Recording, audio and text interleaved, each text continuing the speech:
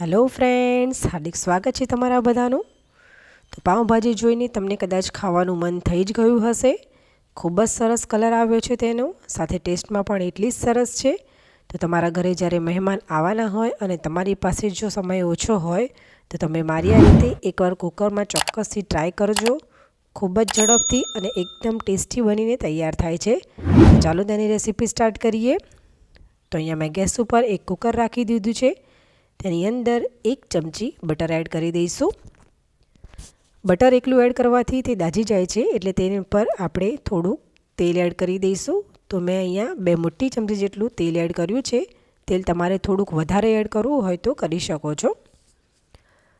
તેલ અને બટર જ્યારે ગરમ થઈ જાય ત્યારબાદ તેની અંદર આપણે 1 ચમચી કસૂરી મેથી એડ કરીશું અને ત્યારબાદ તેની અંદર થોડાક એવા લીમડાના પાન એડ કરીશું।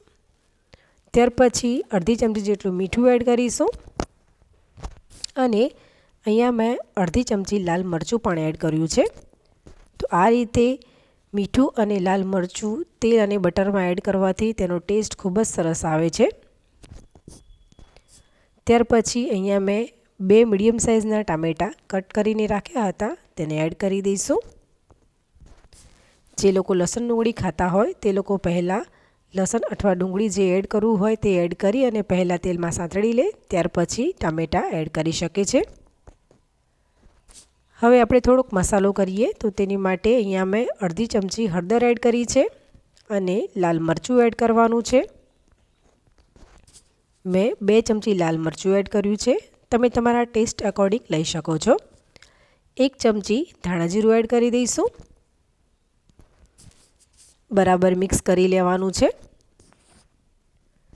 આપણે ટામેટાને 1 થી 2 મિનિટ જેટલું કૂક કરી લેવાનું છે। તો અહીંયા હવે તમે જોઈ શકો છો કે 1 થી 2 મિનિટ જેવું થઈ ગયું છે।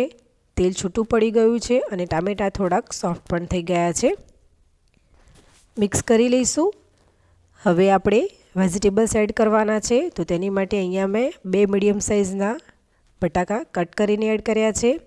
અડધી વાટકી કેપ્સિકમ એડ કરી દઈશું અને 1 ગાજર મેં કટ કરીને એડ કર્યું છે।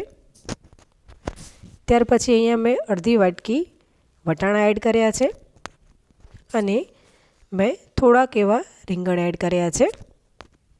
ત્યાર પછી 1 મોટી વાટકી આપણે ફ્લાવર એડ કરી દઈશું અને મેં અડધી વાટકી બીટ પણ એડ કર્યું છે।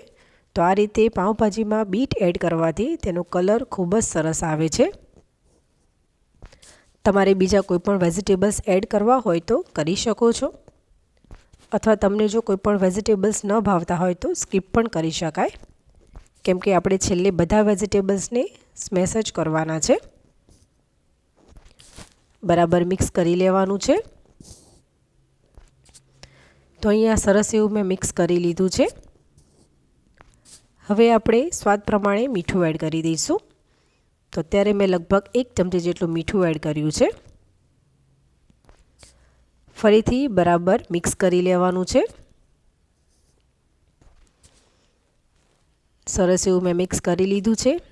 હવે આપણે તેની અંદર પાણી એડ કરશું। તો પાણી મેં અત્યારે અડધો ગ્લાસ એડ કર્યું છે। પાણી આપણે વધારે પહેલાં એડ નથી કરી દેવાનું, કેમ કે જો ભાજી એકદમ ઢીલી થઈ જશે તો ખાવામાં મજા નહીં આવે। પાણી એડ કર્યા પછી બરાબર એકવાર મિક્સ કરી લઈશું અને હવે કુકરનું ઢાંકણ બંધ કરી લઈશું। ઢાંકણ બંધ કરી અને મીડિયમ ફ્લેમ ઉપર લગભગ 5 થી 6 વિસલ થવા દેવાની છે। તો અહીંયા વિસલ થઈ ગઈ છે અને કુકરનું પ્રેશર પર રિલીઝ થઈ ગયું છે, એટલે હવે આપણે ઢાંકણ ખોલી લઈશું। તો અહીંયા તમે જોઈ શકો છો કે બધા જ વેજીટેબલ્સ કૂક થઈ ગયા છે। ત્યાર પછી આવી રીતે પાઉંભાજી સ્મેશર જે આવે છે તેની મદદથી હું બધા વેજીટેબલ્સને સ્મેશ કરી લઉં છું। તમારી પાસે જો આવું સ્મેશર ના હોય તો તમે ભાખરી દબાવવાનો જે લાકડાનો ડટ્ટો આવે છે તેનાથી અથવા તો ગ્લાસની મદદથી પણ વેજીટેબલ્સને સ્મેશ કરી શકો છો। તો અહીંયા તમે જોઈ શકો છો ખૂબ જ સરસ કલર આવ્યો છે ભાજીનો। તમે થિકનેસ જોઈ શકો છો, આ ઘટ જ છે, અત્યારે હું તેને પાતળી નથી કરી રહી। તમારે જો પાતળી કરવી હોય તો ગરમ પાણીનો ઉપયોગ કરી અને પછી કરી શકો છો। હવે સ્વાદ વધારવા માટે તેની માટે હું અંદર અડધી ચમચી જેટલો ગરમ મસાલો એડ કરું છું અને ત્યાર પછી તેની અંદર આપણે અડધા લીંબુનો રસ પણ એડ કરી દઈશું। બરાબર મિક્સ કરી લેવાનું છે। ત્યાર પછી અહીંયા મેં ગેસ ઉપર એક તડકા પેન રાખી દીધું છે અને તેની અંદર એક નાની ચમચી બટર એડ કરી દઈશું અને એક ચમચી તેલ પણ એડ કરવાનું છે। બંનેને ગરમ થવા દઈશું। ગરમ થઈ જાય એટલે એક ચમચી કસૂરી મેથી એડ કરીશું। ત્યારબાદ તેની અંદર અડધી નાની ચમચી મીઠું એડ કરીશું અને અડધી ચમચી લાલ મરચું પણ એડ કરવાનું છે। ચમચીથી એકવાર મિક્સ કરી લઈશું અને તે વઘારને આપણે પાવભાજી ઉપર એડ કરી દેવાનું છે।